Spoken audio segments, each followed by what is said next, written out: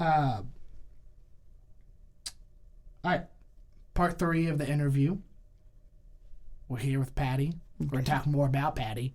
It's all about Patty. All about section. Patty. Yes, This there you section's go. all about Patty, which is exciting. So, what I kind of want to turn it over to you, and if you just want to walk us through, not your life, but what in your life. What year were you born? Yeah, what year were you Well, born? way back when, Yeah. It in was the a dark Stone night. Age. But what in life kind of sets you up to kind of come in, identify this problem happening, start an established collegiate challenge, and continue with it to this day? What was that? What life experiences can you identify that sets you up for that? And then what was that walk like with God at that point of Him calling you into that? Well, I think I have always been pulled into education.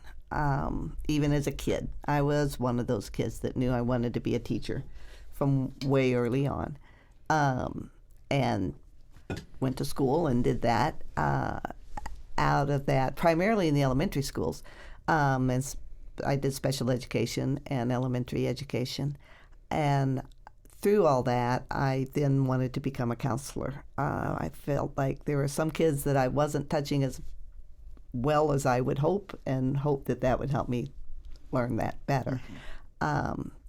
During some of that time that I was going back to school, I had the opportunity to teach high school for 3 years. Yeah. And found out that I enjoyed the high school kids just as much as I did the elementary school kids.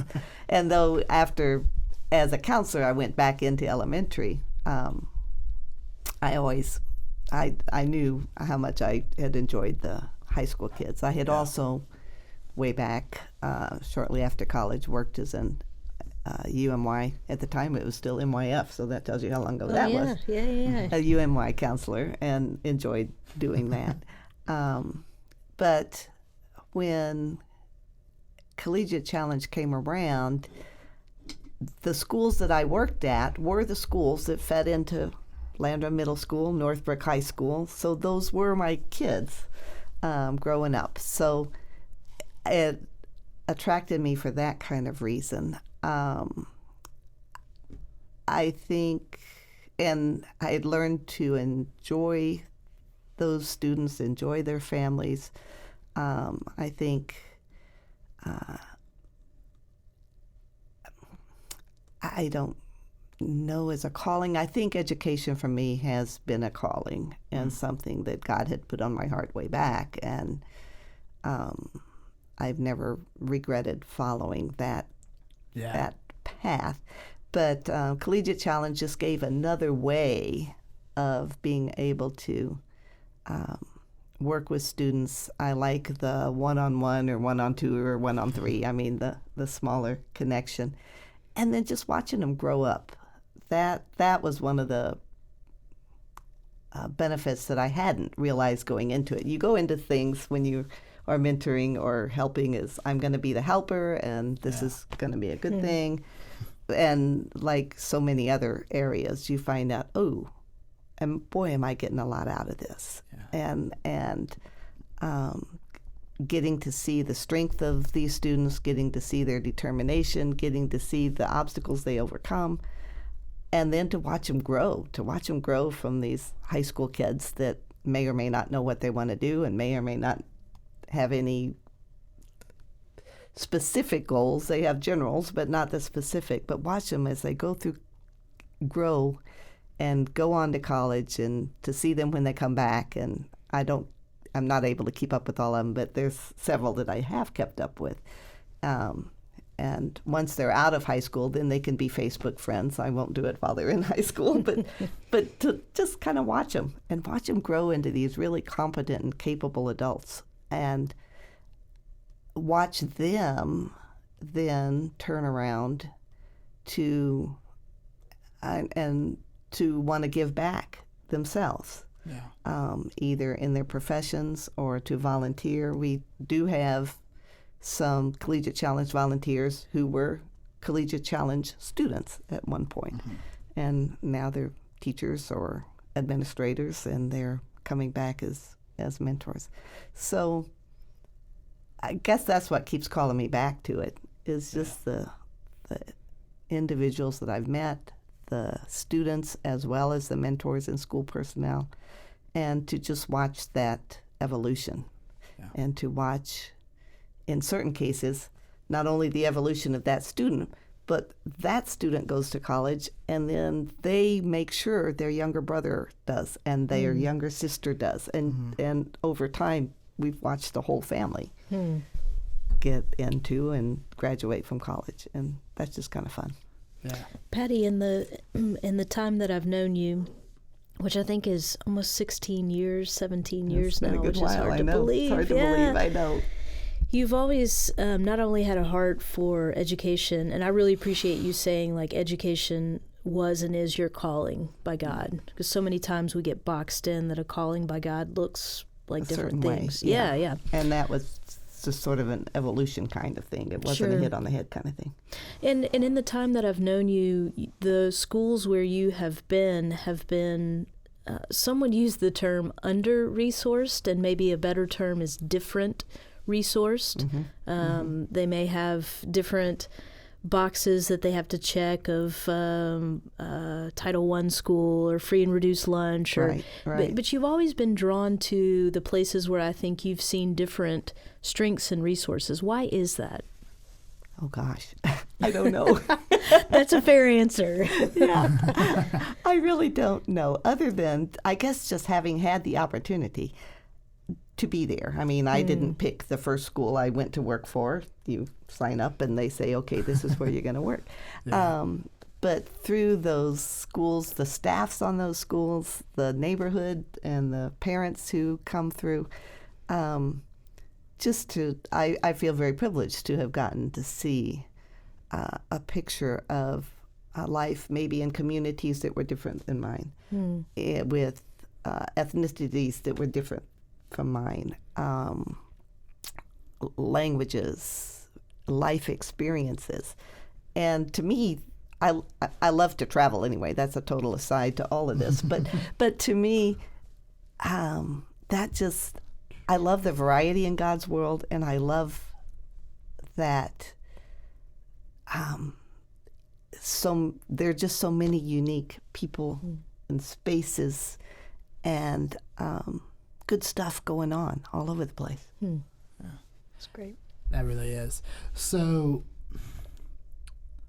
I love that, and I love Melissa's point about your point as well about, you identifying that calling, that education was that. And I do think a lot of people have this idea whenever you feel like God's calling or purpose in your life has to be something ministry related.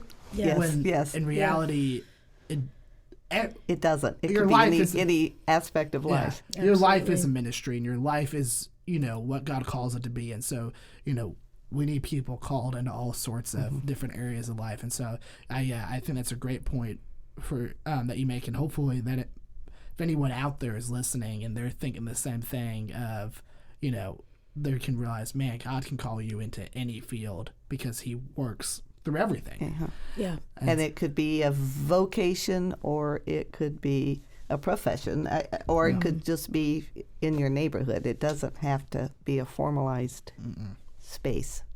Well, and I think any teacher, educator, administrator that is sticking with it is an absolute hero, saint, because that is a place in our society where an incredible impact can be made. At such a young age, you can help literally change the trajectory of a student's life. But at the same time, there's a lot of challenges. You're having to parent, you're having to teach, you're having to test. I mean, I can't imagine. And you hope that can happen. I mean, right. that's sort of your big goal. On a day-to-day basis, there are days when you go home and you go, oh, no, what was that all about? Today. What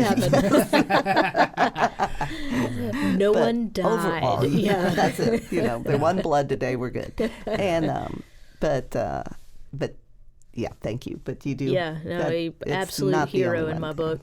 Yeah. But I also want other people who might be listening to know too that even though that wasn't your calling, maybe you were called to be a banker, maybe you're called to be an attorney, maybe you're called to be a business person, and yet something speaks to your heart to say, but I keep going back and reading that information about Collegiate Challenge, or I keep going back and reading that information about this volunteer opportunity or that one. Yeah. Like Melissa said earlier, it doesn't have to be something that you're dedicating your entire life to. Try it out. If it's something that just kind of touched your heart, and it's like, I wonder if I could do that. But I'm not a teacher. You don't have to be. Yeah. A mentor doesn't require an education background by any means. Yeah. It just requires somebody who's kind of interested in somebody else and cares about. Yeah, it's going to show up. Consistency. Shows up. Yeah. Mm-hmm. And that's a really good point of, exactly. You might feel called into an area, but those areas can be so large, like you're saying, like if you're a banker or a lawyer, right. And that might be where God has you, but God might have you there to train other future bankers or other future lawyers, right? Like, I think we tend to make these boxes and draw these lines in our life that, if I'm called into this is what it has to look like. Like, I think for me personally, something I struggled with was I'm going to go work at a church out of college, and so I have to go into youth ministry because that's what everyone does, and I'm not doing youth ministry now. Right. Because, and I think we have to have, it's almost, this courage to say, okay, it might not be something I can imagine, but I trust wherever God's calling me this, and I'm just going to follow him, and we'll see where this ends up. Because, I doubt you, whenever you felt this calling for education, imagine what starting Collegiate Challenge and where it's at now and all this stuff. Like, God led you down a path that you had no idea was there. Yeah, it would never occur to me way back when. That's awesome. So, if I could, there's one question I love to ask. Okay. And for you personally, why do you do what you do? What is that motivation? What is that passion? What's that reason you get out of bed in the morning? Oh, gosh. Why do you do what you do? Boy, that's a big question. Yeah. And what's funny is right now I'm sort of in a season of kind of reevaluating that, looking at that. Being retired, it opens up some vistas that maybe before I thought, well, that would be nice, but there's never time to do that, or that would be good. And for me, I'm really kind of right this minute in sort of a discernment kind of period. I know those things that touch me and call me. Collegiate Challenge is one. But I also know that that I want to be mindful of how I do spend my time. Mm. And so right now, for me, it's really waking up in the morning and thinking about, so what do I need to be looking at, God, in this day? Yeah. Not way down the line or not in a big picture kind of way, but almost this day. Daily. And open my eyes to see those spaces in this day. Yeah. That's that awesome. I can be present. Yeah. And you've had you've been through a season of caring for aging parents and then having parents pass away, and so I'm thinking about folks who may be listening in and how our calling changes over those seasons of life, And I've always been one of those people that kind of thought, well, if I could do it, then I should do it. That's not always the case. Ooh, say more about that. Oh, well, if you could do it, you should do it. Yeah, because I think a lot of people have a case of the shoulds. If I'm capable of doing X, this or that, or if I'm capable of helping here or there, then I should be doing that. But for myself, what I've grown to learn is you can overdo. You can get yourself on a treadmill that's hard to get off. And so sometimes you're right. When life throws some other challenges at you, for me, it's back to, okay, now I need to be in a discerning space. Yeah. To really, and it's okay to take time to be in a discerning space, to give permission for that, to just step back and say, okay, yeah, back to that, how do I want to spend this day? Yeah. And where's God calling me this day, even though there's lots of good stuff out there? Maybe that good stuff is somebody else's calling for right now and not mine. Yeah. That's awesome. Really good words, really wise words. So as we wind down the interview, we like to give everyone, our interviewee, the chance to address the audience and say whatever you want to say. Whether that's plugging things for Collegiate Challenge, whether you're involved in something else you want to plug, maybe you just have a heartfelt message. You can look into the camera, and now is your chance. No one's going to stop you. Say what you want to say. Okay. I think I would just say to wake up every day grateful, pay attention. I will put a plug in for Collegiate Challenge or mentoring in any kind of way. There are so many great students out there, little all the way to big, and so many really good opportunities to mentor, to get to know them, to just be a helpful step in their path of growing up. You don't have to be the whole path, just be one step and one season, but sometimes those seasons can be the one that turns around things in some big ways. So I think that would be what I would say. Awesome. Well, thank you, Patty, for coming on. Thank you guys for having me. No problem. Thanks for a great interview, and hope you have a good rest of the day. Thank you. You You too. rock, Patty. Yeah. Oh, yay, so do you guys. All right. That's that part. Howdy, and thanks for watching. Please leave a like and comment on this video. And if you aren't subscribed already to the Your Wide channel, go ahead and subscribe. Also, don't forget to turn on all notifications so you don't miss any of our videos. If anything during the video piqued your interest, go ahead and check out the descriptions in the link below. Go and find your why, people.